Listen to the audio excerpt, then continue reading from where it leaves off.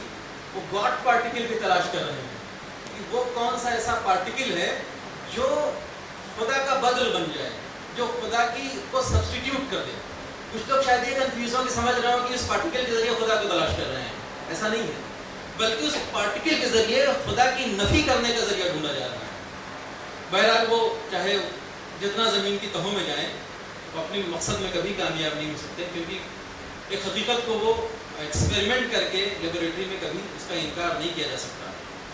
بہرحال دو طرح کے آرگومنٹس دیے جاتے ہیں ایگزسٹنس آف گاڈ کے سلسلے میں. ایک آپ کا جو تھیوری آف ایوولوشن ہے, اس سارا کا سارا چاہے وہ فزیکل ورلڈ کی بات کیجئے, بگ بینگ تھیوری کے ذریعے بیان کیا جاتا ہے, اور جو اوریجن آف اسپیشیز کی بات کیجئے تو آپ کے ڈاروینزم کی بات کی جاتی ہے. اس تھیوری کو رد کرنے کے لیے ایک تھیوری کہ اس سارے جو سسٹم کو وہ کہتے ہیں ایوولوشنسٹ ہیں, جو اس سسٹم کو مانتے ہیں, جو ڈاروین کو مانتے ہیں یا بگ بینگ والی تھیوری کو مانتے ہیں. حالانکہ یہ بھی ایک گتھی ہے کہ بگ بینگ کیسے وجود میں آیا, وہ سنگولرٹی جس سے بگ بینگ کہا جاتا ہے بگ بینگ ہوا, وہ سنگولرٹی کہاں سے آئی, اس کا کوئی جواب دینے والا نہیں ہے.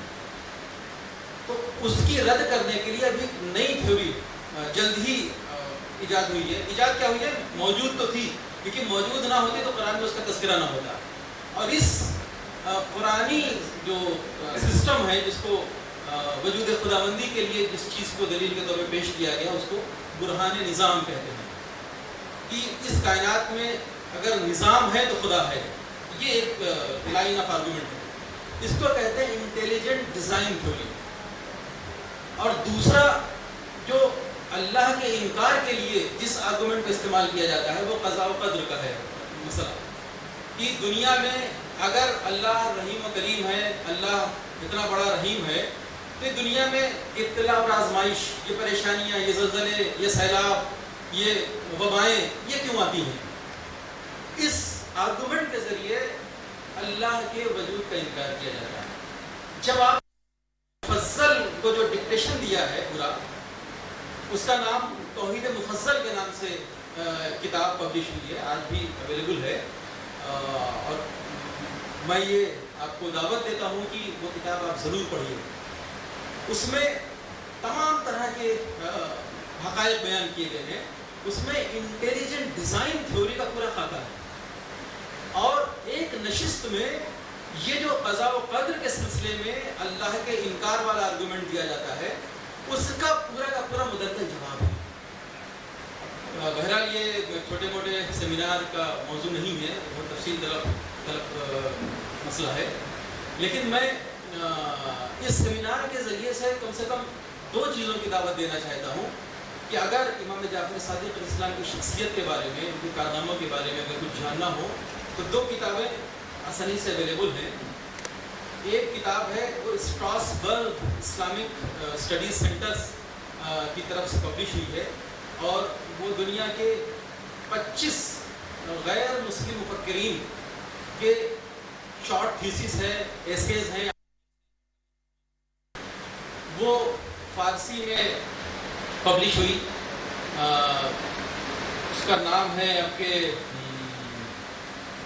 مغز متفکر جہان اسلامی کے نام سے, اور اس کا اردو میں ترجمہ ہوا ہے سپر مین ان اسلام.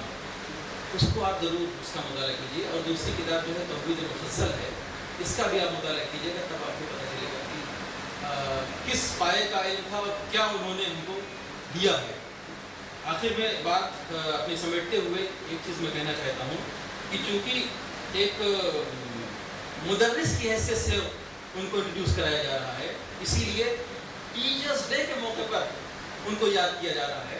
اور آج ٹیچرز کے سلسلے میں جو ایک ٹریڈیشنل اوپینین ہے کہ وہ پڑھائی لکھائی سے تعلق رکھنے والے لوگ ہیں اور صرف اپنے ایک دائرے میں محدود رہتے ہیں, کلاس روم میں آئے, پڑھایا, گھر چلے گئے, پھر کتابوں میں لگ گئے, یہ ایک عام طور سے ٹیچر کے ایک خاکہ ہوتا ہے. لیکن میں آپ کو بتا دوں کہ یہ ایک ایسے کامل مدرس ہیں کہ جنہوں نے تعلیم کے ساتھ ساتھ تربیت بھی کی, اور وہ ایک ایسا انقلابی جملہ دے گئے ہیں کہ اگر اس کے اوپر عمل کر لے آدمی تو آج دنیا کا خاکہ ہی بدل جائے گا. آپ نے سبھی یہاں پر زیادہ تر لوگ ہو سکتا ہے واقعہ کربلا سے واقف ہوں. ان کا ایک جملہ کتنوں نے سنا ہے کتنوں نے نہیں سنا ہے مجھے نہیں معلوم، لیکن میں اس سیمینار کے ذریعے بیان کرنا ضروری سمجھتا ہوں. اس کے بعد یہ بحث جو ہے وہ ہو سکتا ہے کہ کسی حد تک تکمیل کو پہنچے. اور وہ جملہ ہے کہ کل حسن کربلا وہ کل یوم عاشورا، یعنی ہر زمین کربلا ہے اور ہر دن روز عاشورا ہے. کوئی بھی سرزمین ہو، اگر آپ ہر جگہ چاہیں تو کربلا برپا کر سکتے ہیں. جب بھی آپ کسی ظالم و جابر، کسی طاغوت کے سامنے سینہ سپر ہو کے کھڑے ہو جائیں، اس کے مقابلے میں کھڑے ہو جائیں، تو ہر زمین سرزمین کربلا ہو جائے گی اور ہر روز آپ کا روز عاشورا ہو جائے گا. شکریہ.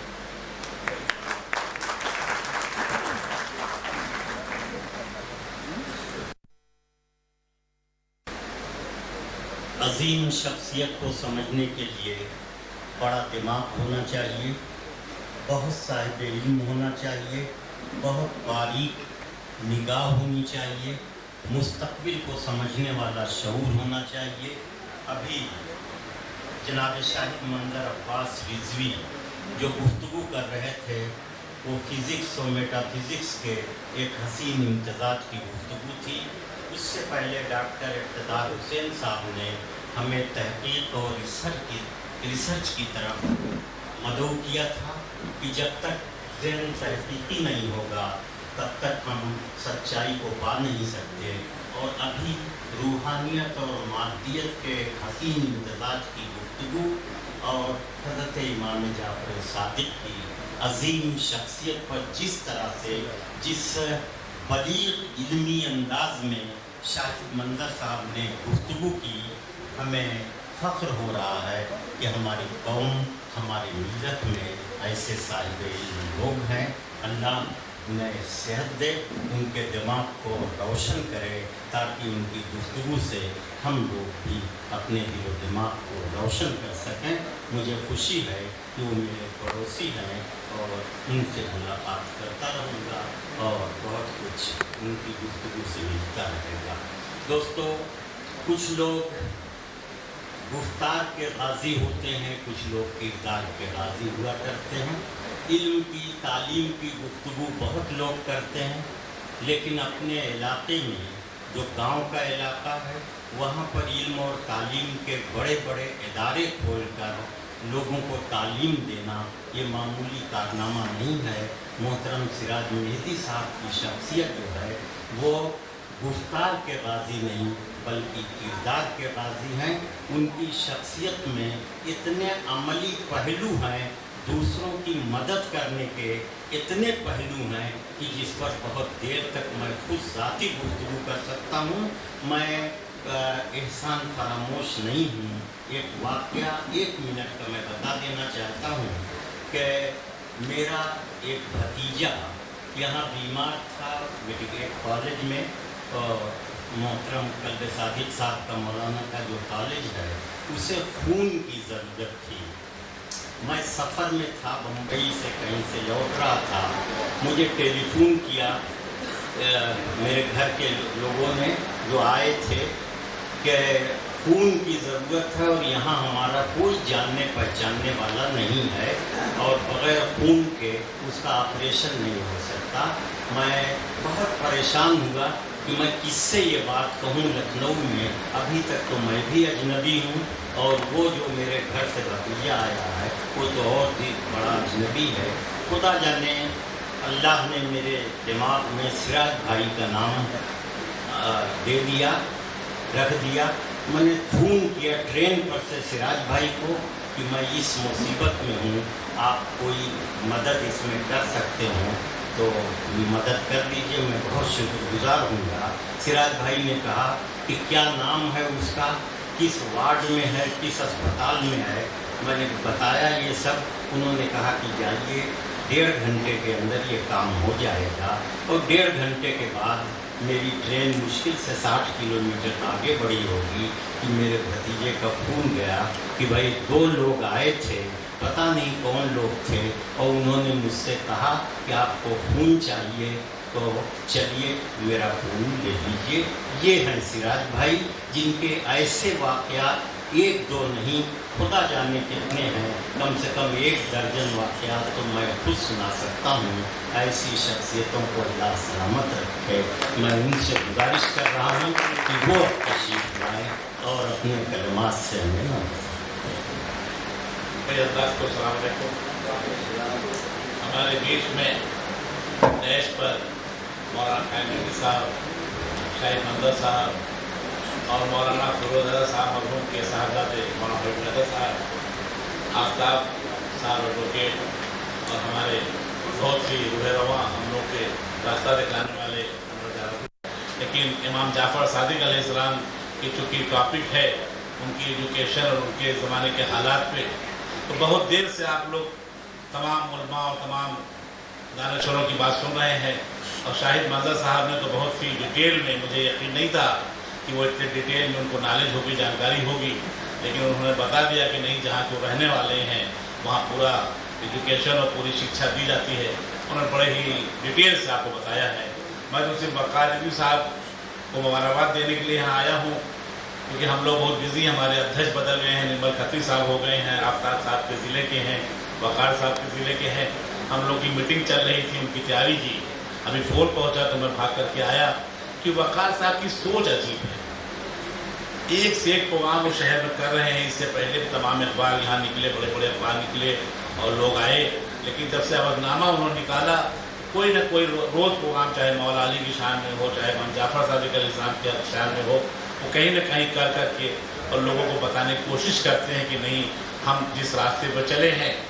تو میں ابھی فاروقی صاحب نے کہا کہ جب عراق نے کویت پر اٹیک کیا تو امریکہ کے جہاز آئے اور ان کے سامان نے نابود کر کے سارے ٹینکس کو.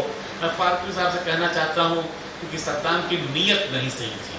اگر اس کی نیت صحیح ہوتی تو شاید وہ اتنی بری طریقے سے نہ ہارتا. ایک گندا آدمی تھا, لیکن وہیں دیکھیے کربلا میں صرف 72 لوگ تھے اور لاکھوں کی فوج تھی, لیکن وہاں نیت کی سوال تھا. یزید کی نیت کیا تھی, امام حسین علیہ السلام کی نیت کیا تھی, تو 72 لوگوں نے پورے وہاں سر کر دیا موضوع کو. تو آپ کی نیت پر اور آپ کی سوچ پر اگر فرق ہونا چاہیے. انسانیت کے لیے اگر آپ کام کریں گے ہمیشہ کامیاب ہوں گے. میں ایک جملہ کہنا چاہتا ہوں کہ جب نمک آندولن, ہمارے یہاں بہت دانشور بیٹھے ہوئے ہیں, لکھنے والے بیٹھے ہوئے, جب نمک آندولن ہندوستان میں مہاتما گاندھی نے اعلان کیا کہ نمک آندولن کریں گے, تو انہوں نے کہا کہ صرف 72 لوگ لے کر کے ہم جائیں گے. تو تمام لوگوں نے پوچھا کہ اتنی بڑی انگریز فوج ہے, انگریز حکومت ہے, آپ صرف 72 لوگ لے کر کے جائیں گے؟ تو انہوں نے کہا ہاں, امام حسین صرف 72 لوگوں کو لے گئے تھے اور پورا کربلا اور یزید کے لشکر کو فتح کیا تھا. میں صرف 72 لوگوں کے لے جاؤں گا اور انگریزوں کو بھگا کے رہوں گا. یہ مہاتما گاندھی کی سوچ تھی. تو اسی خانوادے کے امام جعفر صادق علیہ السلام, جن کا ایجوکیشن میں سب سے پہلا مدرسہ انہوں نے قائم کیا. اور آج دیکھیے تمام انہیں بتائے ہوئے باتوں پہ آپ لوگوں نے بتایا کہ انٹرنیٹ سے ہر جگہ ان کی چیزیں ہیں, تو ہمیں یاد کرنے کی ضرورت ہے. اور وقار رضوی صاحب ان کے تمام ساتھیوں کو میں ایک بار پھر شکریہ ادا کرتا ہوں, اور یہی کہتا ہوں کہ اس طریقے کے فنکشن آپ لوگ کیا کریں اور ہم لوگ آ کر کے اس طریقے کی تقریریں سن کر کے اس سے فائدہ لیا کریں. خدا حافظ. شکریہ. جلسہ ختم نہیں بلکہ آئندہ برس تک کے لیے ملتوی کیا جا رہا ہے. آپ سب سے پھر آئندہ برس ملاقات ہوگی. بہت بہت شکریہ.